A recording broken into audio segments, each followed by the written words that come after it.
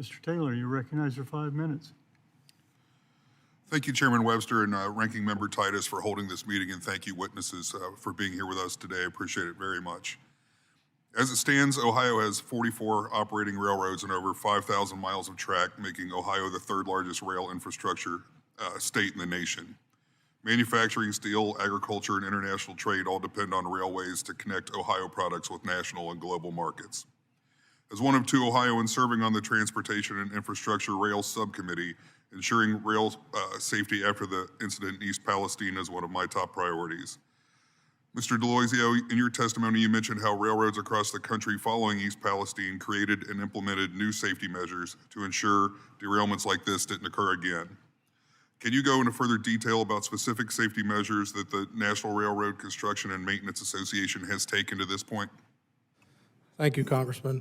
So our Association of Contractors and Engineers and Suppliers, they're constantly looking at new technologies like these hot box detectors, like signaling information, data processing things. Our contractors are constantly looking at safer and better and more efficient ways to fix the tracks and also to work with the railroads, the operating railroads.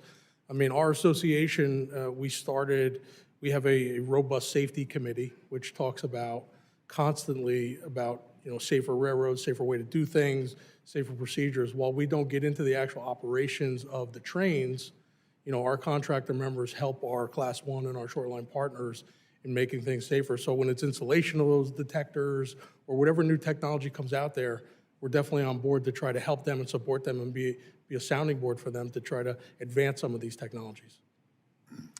Thank you. Mr. Jeffries, we've heard conflicting statements over the course of today about derailment statistics over the last 3 years.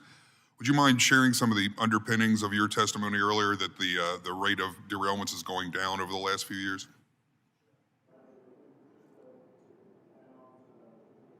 Sure, I'd be glad to. Just to add on to my colleague's comments, freight railroads took a number of steps as well, increased the number of wayside detection, whether it's hot box, whether it's acoustic bearing, whether it's machine inspection portals, whether it's reducing absolute threshold on bearing increases, whether it's establishing new trending algorithms for troubling trends and increasing temperatures on bearings, or whether it's making sure first responders have real-time information. 2.3 million first responders now have access to our real-time app.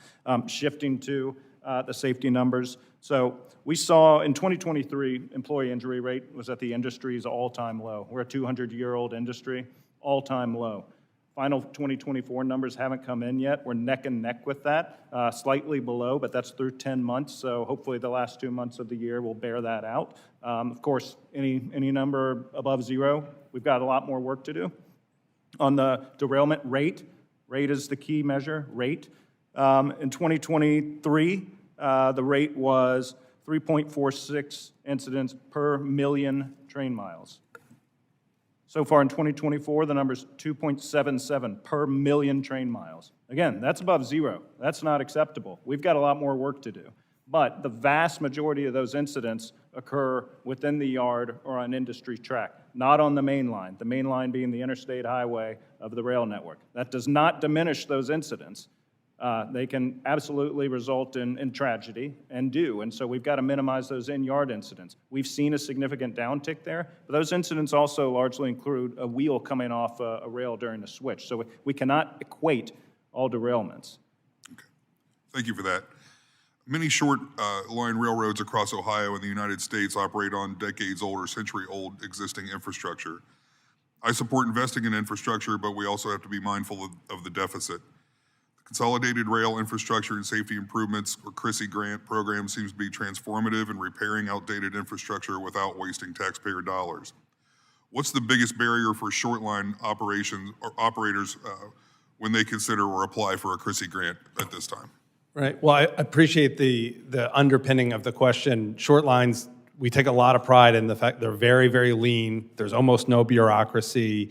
If a short line gets 10, 12, even $5 million from the FRA and a CRISI grant, that money goes right into the track. There's not a big engineering studies, there's not layers of management to process it through. So we feel very happy that we can deliver government a good bang for the buck.